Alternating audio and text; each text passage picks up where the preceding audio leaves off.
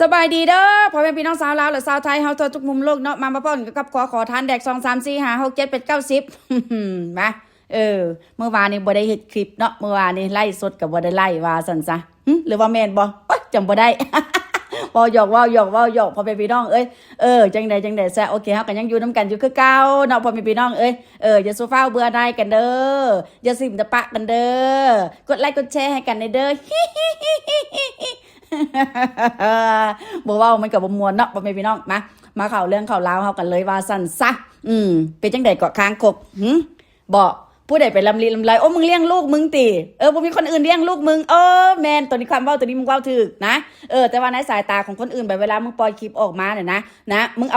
าอีลิงตาเขอีลิงปากกึ่งนะอีเสียเซนอีปัญญาอ่อนลูกมึงเนี่ยนะออกมาขายแดกนำโลกโซเชียลแม่เฮ็ดจังได๋ล่ะเลี้ยงลูกจังได๋จะค่อยเลี้ยงให้ลูกเป็นบ้าฮะเลี้ยงลูกแบบใดล่ะลูกจะค่อยบ่ได้เป็นเงียนคือบ้านคือเมืองเขาฮะเลี้ยงลูกแบบใดล่ะฮะลูกจะค่อยห้องพ่อห้องแม่บ่ได้ฮะบ่ครบตลอด24ชั่วโมงปานนั้นก็ยังเป็นบ้าบ่ตอนนี้เนาะเค้กอีลิงนี่ขายดับขายดีเนาะเอาเลยสู่กูเสียเต็มทีเลยกูเสียเต็มทีให้พวกมึงน่ะขายลูกแดกกินเรื่อยๆเด้อนะเบิดปัญญาทางธรรมะหาแดกเนาะไอเรื่องกิก็ออกมาเว้าแล้วพ่อแม่พี่น้องมันเบิดคอนเทนต์เลยเด้แต่ละมือโอเคนอนแต่ตีดากตีห่ำแล้วอยู่ในห้องนะบ่ได้เฮ็ดหยังดอกนะช่วงนี้น่ะเงินมันกำลังสะพังว่าซั่นไปกำลังสะบัดอยู่ว่าซั่นซะกูจะเฮ็ดจังได๋ก็ได้กูก็เฮ็ดกูจักว่าจังได๋กูก็ว่ามันบ่ล่ะนะตอนนี้เนี่ยนะพ่อแม่พี่น้องนะคิดว่ากูสิเฮ็ดจังได๋เนาะว่าซั่นเด้กูจะคอยสิให้คนที่เข้ามกเข้าใจกูในการเลี้ยงลูกกูว่าซั่นซะบ่สิไปเปรียบเทียบใส่ผู้แล้วศูนย์ศึกษาเด็กพิเศษจังซั่นจังซี่แล้วบาดนี้เขาคันว่าเขายังว่าสิได้ใส่แพมเพิร์สนะอย่างน้อยๆนะพ่อแม่เขาก็ยังเอาใจใส่นะพ่อแม่บ่ได้มาขายลูกแดกได้เขาก็ยังเอาลูกเอาเต้าเนี่ยไปโรงเรียนนะเพราะว่าย้อนหยังนะอยากให้ลูกมีสังคมนะถึงว่าจะเป็นศูนย์ศึกษาเด็กพิเศษก็ตามให้ลูกไปมีสังคมแต่ว่าหัวปอดมึงได้มันคืออีหยังมึงกักกันเบิดทุกสิ่งทุกอย่างนะมึงกีดกันเบิดนะแม้กระทั่งโอเคหมู่ครูเพื่อนฝูงหรือว่าโอเคทำกิจกรรมแม้กระทั่งโลกภายนอกนะคนคือกันกับมึงนี่นะน้ำเต็มแก้วกบอยู่ในกะลานะมึงบ่ได้สร้างอันภูมิคุ้มกันอันภูมิโอ้ยเว้าผิดพ่อแม่พี่น้องนะแต่เศร้าๆสัมผัสบาลิ้นพันกันบาทนี้ มึงบ่ได้สร้างภูมิคุ้มกันให้กับลูกมึงเองนะนี่แหละเขาเรียกว่าพ่อแม่รังแกฉันโอ้ลูกมึงใหญ่ใหญ่มันสูงลาดทางแต่ว่าสมองมันคล้ายทารกมึงเข้าใจไหมฮะเหมือนเด็กแรกเกิดน่ะนะอีหมนลูกมึงน่ะสมองมันบ่ได้มึงเข้าใจบ่ฮะแต่ละมือเนี่ยมันเห็นตั้งแต่หน้ามึงกับหน้าบักเปแล้วมันฮู้จักจะบ่บักเปน่ะคือพอมันมันฮู้บ่ว่ามึงน่ะคือแม่มันฮะย้ำได้กะมันน่าไม่จ่อยผีเป้าผีออกไม่เอาแม่นอีหยังมึงล่ะฮะnoไม่หยังมึงล่ะหั่นน่ะฮะบ่มึงบ่ฟังติหูแตกมึงบ่ฟังติความปากความเว้าของลูกมึงแต่ละคำฮะลูกมึงคือชาวบ้านมันบ่กูถามมึงเด้ฮะคันลูกมึงคือเด็กน้อยคือคนอื่นเนี่ยนะโอ้ยสิมีผู้ใดไปเว้าหยังให้มึงฮะอีดาราใหญ่ฮะอียูทูบเบอร์ตกอัพอีบ่มีดินกบหน้าอีหมาสี่แม่มึงฮะลูกอีห้าหมอนฮะ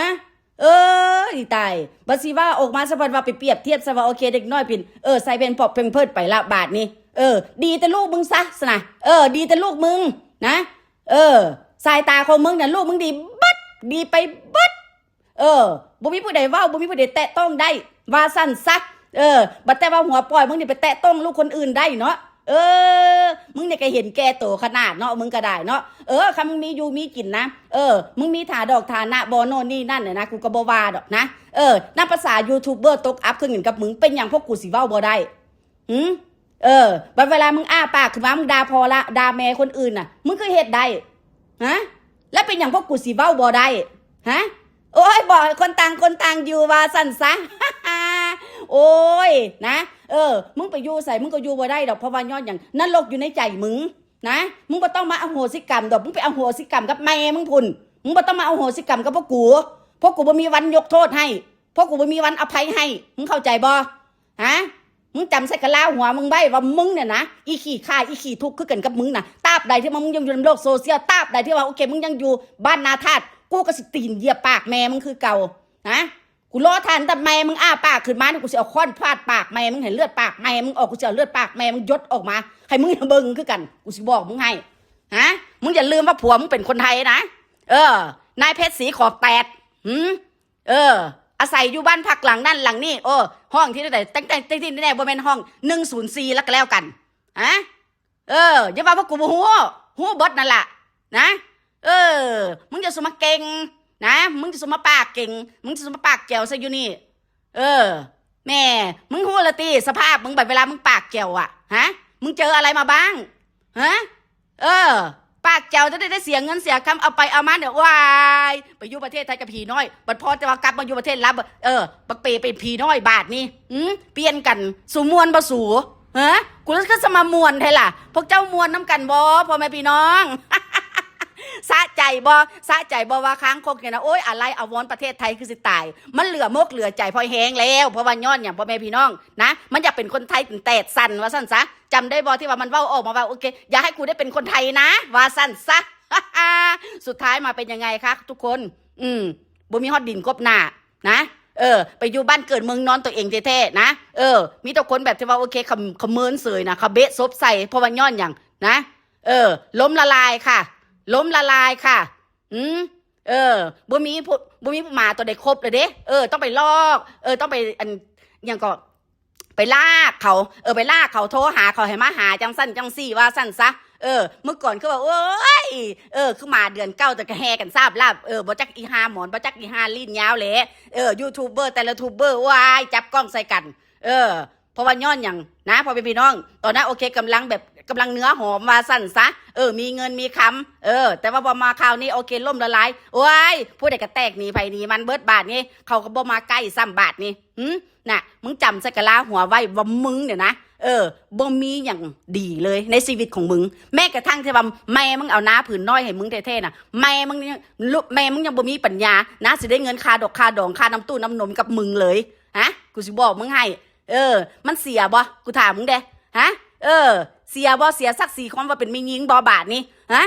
แล่นน้ำก้นผู้ชายให้เขาไปนอนไปเซิงนะเกือบว่าเป็น20 ปีบักฮานั่นก็ซัวกว่าหมาเอาลูกเขาไปเลี้ยงเอาเมี่ยงเขาไปอมบ่จับบ่แต่งบ่แปลงให้เขาฮะนั่นแหละเขาเรียกว่าโอเคคำบึงบ่มีหางแล้วฟาดโลดมึงเข้าใจบ่ว่าคนคือกันกับมึงมันบ่มีศักดิ์ศรีฮะคันมีศักดิ์ศรีบักเปนะโอเคแตงมึงแล้วบัดจะว่าบักเปว่าแตงไปอย่างบักเปเจ้าคอยยอมไปอยู่กับมึงเพราะมันจะอยู่ใกล้กับน้องมึงเข้าใจบ่อีกอย่างหนึ่งมันหู้อยู่แล้วว่ามึงเดี๋ยวนะต้องไปซอกหายืมเงินยืมคำมึงน่ะโอเคหาอยู่หากินให้มันสแตกมึงเข้าใจแล้วบ่บาทนี่น่ะฮะแม่เว้าสัพพนามกันคุณภาพของชีวิตของลูกตัวเองมาให้คนอื่นฟังโอ้กูเลยอยากหัวขวัญ บ่มีไปย่องก็ย่องเองว่าสั้นซะแค่เพียงคอมเมนต์บอกว่าโอเคใครกับมาม่าแค่นั้น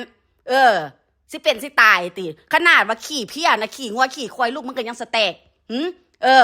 นั่งสินับภาษาอย่างมึงบอกว่าโอเคสรรพคุณว่าลูกมึงได้สแตกดีมึงไปเปรียบเทียบกับชีวิตของมึงแต่อย่างก็นะพอกับแม่มึงเนี่ยนะคุดอีกระปูกินทุกยากลำบากโน่นนี่นั่นบัดเบิ่งหน้าว่าซั่นคืออีแห้งตายนี่คันว่าได้ดำให้ดำนาเกี่ยวเข่าคือคนอื่นกูก็บ่ว่าดอกนะหน้าแล่ปันแตดมัดแม่นบ่ล่ะพ่อแม่พี่น้องเอาแค่นี้แหละแล้วจะค่อยมาพ้อกันใหม่ผิดพลาดประการใดขอโทษขออภัย